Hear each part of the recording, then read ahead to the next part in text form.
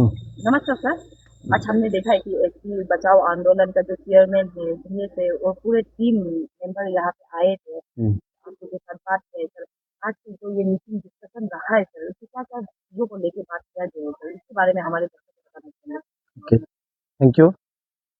आज हमारा यहाँ जो एसटी बचाओ आंदोलन का कमेटी आया हुआ है, उसके सामने हम लोगों ने अपना देवरी कम्युनिटी का जो भी प्रॉब्लम्स है उसको प्लेस किया है, उसके ऊपर डिस्कशन हुआ है और हम लोगों ने भी उसको बहुत सारे चीज़ अप्राइज किया है, क्या क्या हो रहा है, कैसा कैसा हो रहा है और क्या क्या डॉक्यूमेंट्स हमारे पास है, वो कुछ दिखाया है, दिया हुआ है। और उन लोगों से हमें काफ़ी उम्मीद है और वो लोगों ने हम लोग को यही बताया कि वो लोग मतलब जितना हो सके उतना कोशिश करके हमारा जो समस्या है उसके ऊपर ध्यान देकर स्टडी करके रिपोर्ट रिकमेंडेशन करके देंगे। यही यही था आज का जो इस मीटिंग का संक्षेप में। सर, मेरा सवाल ये भी होगा कि देवरी समाज का भी ये अरुणाचल में हाँ अपना एक हिस्ट्री रहा है। हाँ जैसे 1990 में मतलब एसटी पीआरसी दिया भी हाँ गया हाँ था, हाँ। कुछ वजहों के कारण वो रुका दिया गया सर, इस विषय के बारे में क्या कहना तो चाहिए। Thank you very much. अगर आप पूछना चाहते हैं, आप जानना चाहते हैं, मैं भी आपको जानकारी देने के लिए मैं तैयार हूँ। क्योंकि देखिए, Deori is one of the oldest tribal people in north east India. अभी सिर्फ ये नेफा का टाइम में नहीं, ये सदियों से है, आपका बिफोर सिटीजन डायनेस्टी। अभी आपको मालूम है जो north eastern part, eastern most part of इस इंडिया, लेकिन मान लीजिए अरुणाचल नॉर्थ ईस्ट का, तो उसमें पाल डायनेस्टी हुआ, स्वीटे डायनेस्टी हुआ, फिर आहूम राज हुआ, हाँ, फिर ब्रिटिश राज हुआ। तो वो हर ये क्या क्या बोलते हैं, हर सिस्टम में, हर पॉलिटिकल सिस्टम में देवरी लोग अंग्रेजर हुआ।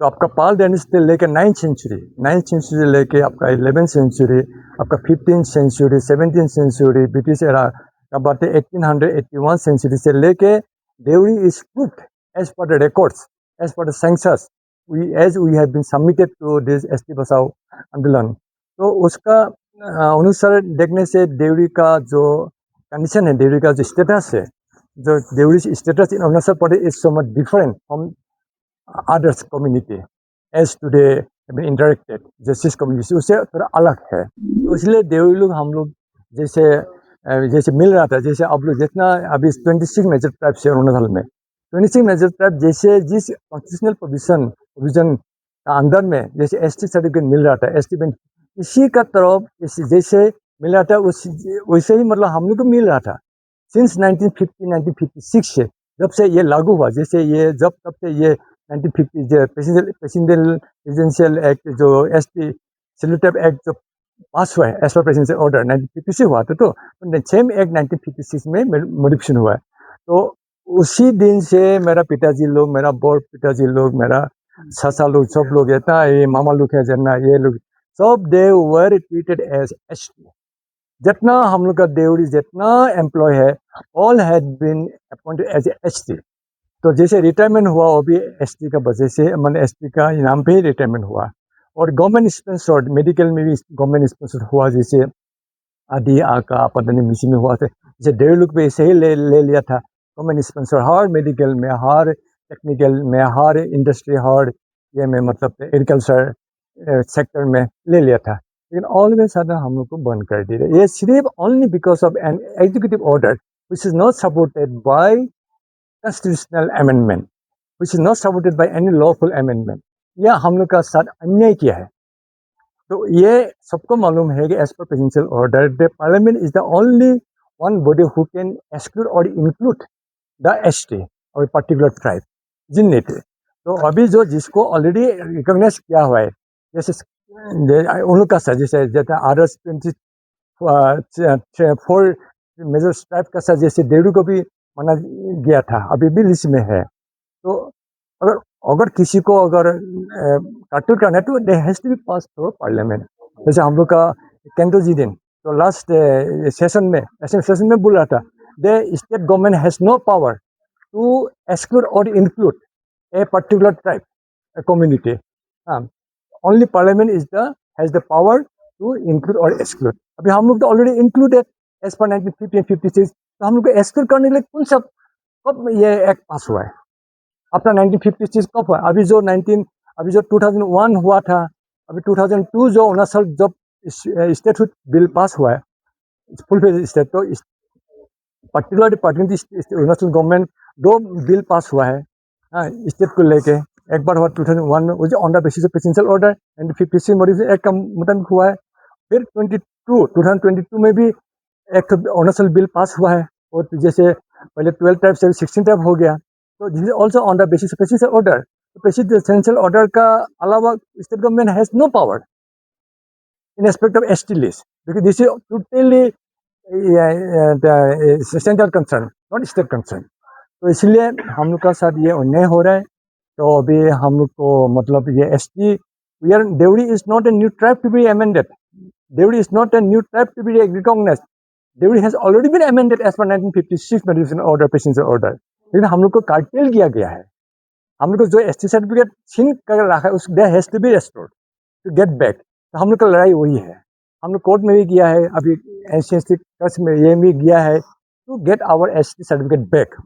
Our purpose of filing the case against state government, against in the high court, in supreme court, in other any lawful department, to only not to recognise, not to be amended, Deori को ये बनाना, लेकिन देवरी जो benefit estimate काटूर है उसको हमको restore करना है, वही मेरा। सर मेरा एक सवाल रहेगा, जो हम एज ए मीडिया हम आपको ये बता रहे हैं कि पब्लिक का सवाल भी हम आपके सामने रखे हैं, जैसे हमने मोरान सर लोग से भी हमने एक सवाल उठाया था, जो पब्लिक ने क्वेश्चन दिया है उस हिसाब से, तो देवरी समाज से भी जो पब्लिक का क्वेश्चन है वो हम आपका समक्ष रखना चाहेंगे कि उनका कुछ लोगों का कहना ये है कि देवरी समाज के लोगों को असम में ST दिया गया है बोलते, तो पर्टिकुलरली एक ट्राइब्स को 2 जगह में ST मिलना ये जायज बात है क्या?